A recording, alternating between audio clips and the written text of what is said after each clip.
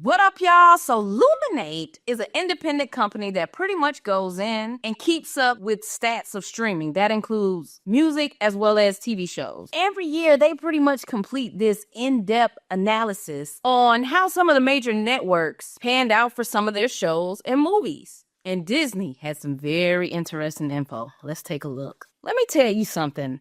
All that matters to corporate America is numbers. When you're sitting in these rooms with executives, they want to see numbers. They do not care about your feelings. I done been in them rooms. So last year, 2024, the number one show on Disney Plus was Percy Jackson. Number 2 was The Acolyte. Number 3 was Agatha All Along. Number 4 was Echo. And number 5 was X-Men 97. The rest of the top 10 was Bad Batch, Skeleton Crew, Ahsoka, The Mandalorian Season 3, and The Mandalorian Season 1 popped back into the top 10. Now, I thought this graph was so interesting, and it says so much on why Disney has to cater to the general public, because X-Men 97 was probably the best show arguably on this list. Marvel fans loved it, but it did not translate over to the general public. Agatha being number 3 on this list is actually kind of crazy when you think about it. She's a totally obscure character. The general public don't know about her. So this tells me that the Wanda fandom and possibly the LGBTQ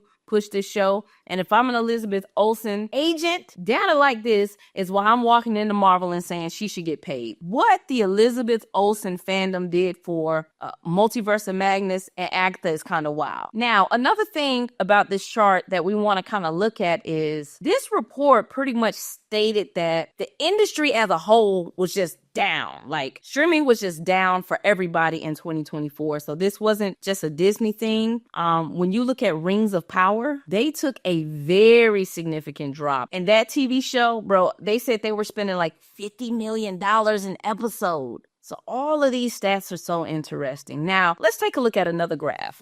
Before Agatha came out, Luminate did a graph on what the biggest Marvel shows were post 2022. Moon Knight, number 1. As much as people hated She-Hulk, somebody was watching She-Hulk. Same with Secret Invasion. Now, Loki season 2 was interesting. It is frightfully low on this list, considering Loki season 1 was the biggest Marvel show on Disney Plus. So we need to figure out what happened from season 1 to season 2 to cause such a major fall off. I am so surprised that X-Men 97 was so low. I think Ms. Marvel and Echo had low bars. They were kind of expected to fall like this low, kind of fall here. Loki, that's so interesting to me. Now, me, for one, I was never a fan of Loki season 1. I thought season 2 was a little bit better, but even then, I still didn't really like it much. But it seemed like all the talk on Twitter, which is how you know that social media is not a real place, it seemed like people love Loki, but it did not perform well in comparison to season 1. Also,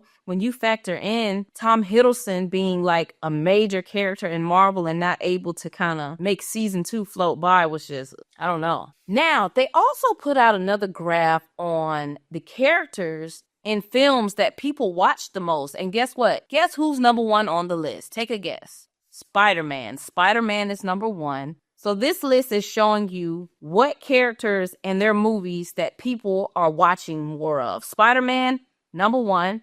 Avengers, number 2. Deadpool, what a surprise. I mean, I know people like Deadpool, but I just didn't know people really was just sitting home watching Deadpool 1, 2, and 3 like over and over again. I'm out of touch. Guardians was pretty high. Captain Marvel is a surprise. Yeah. I thought people hated her. Somebody is watching Captain Marvel films on Disney Plus. Somebody watching it, okay? Now, Iron Man, Captain America, Thor, and Black Panther are pretty low. This graph also shows you why Sony will never, ever sell Spider-Man. Ever. Y'all remember when Bob Iger put out that report with, I think it was the Hollywood Reporter or Variety, and he pretty much said, moving forward, we're just going to focus on the more popular franchises. They are looking at numbers like this to make that decision. Now, let's talk about Black Panther, and this is why I say you have to be very, very careful when you're boycotting, because when executives are looking at these numbers, they only see numbers. They don't care why y'all not watching Black Panther. They just know right now, Black Panther is kind of at the bottom of this list.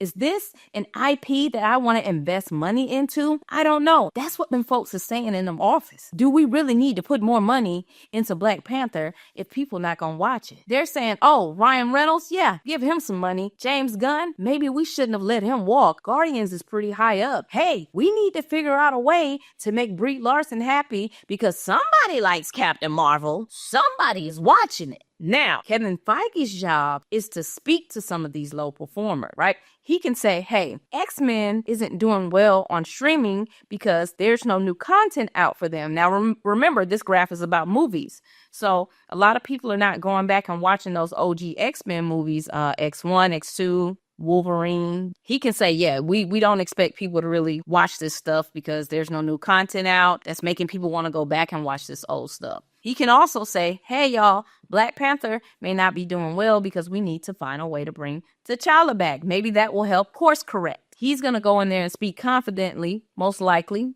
hopefully, and say, hey, we still want to invest into the Black Panther franchise. Let's don't let these numbers deter us. Ant-Man, he probably going to say, look, we may not just need to make any more solo Ant-Man movies. We've paid Paul Rudd. He's made some money. We just not doing no more Ant-Man franchise, okay? Now, this other graph, when we jump back to the release of movies that hit streaming from 2022 to 2023, Wakanda Forever blew past every other movie by a pretty significant proportion. Now, when I'm looking at Ant-Man and the Wasp, and I'm putting it next to Loki Season 2, I can see why they feel like Jonathan Majors may not have been working for them. This is just looking at the numbers, because I'm a Jonathan Majors fan. I wanted him to rock out with Kang. But looking at these numbers, the two projects that you were featured in, they just did not perform well. Now, is that because of Jonathan, or was it poor creative decisions? Loki Season 2 on social media seemed like everybody loved it. Same with X-Men 97. Comic book fans love these two projects. However, the general public could not tap into them, and that is the problem. So Marvel is sitting in a war room and trying to figure out how to make Disney Plus work. It's highly frustrating because I really don't think they know what the fandom wants. So man, I just wanted to share these graphs with you. I thought all these stats were interesting. If you ever want to see why corporate America is making changes, they're looking at things like this: numbers, budgets. Loki Season 2 and Secret Invasion was a complete failure in comparison to something like Agatha, because even though they ranked higher than Agatha, the amount of money that they put into those two projects, and for them to even be in the same ballpark as Agatha, is wild, because Agatha had a pretty low budget. So I can probably live with her numbers because I didn't spend a lot of money creating it, is what they say. And I think Agatha had a budget of like 50 to 75 million. I can rock with that. But when you're putting $200 million into Secret Invasion and Loki, for it to even be in the same ballpark as Agatha is crazy. Daredevil is going to be interesting. I'm definitely pulling this chart at the end of the year to see if the general public tapped into Daredevil. In my opinion, streaming is such a dead-end business. It's completely non-profitable. There's no money in streaming because it's too many competitors. People don't want to pay for all these services, and companies are just pouring money into these TV shows with no freaking return whatsoever. They might need to start putting this stuff on TV so they can at least make ad money. And honestly, they need to make more serious content. When we're looking at numbers across platforms, drama does way better than any other category. Drama is like blowing everything else out of the water when you compare it to comedy, action, horror. People like dramas. I don't know if it's because adults like more serious content. I don't know if it's because maybe women are home being house moms, so they have enough time to kind of just sit down and watch drama. I don't know. I would be interested to see the demographics on what's pushing dramas so high. But hey, how do y'all feel about all of this information? Leave your comments below. Thanks for hanging out with me. Peace.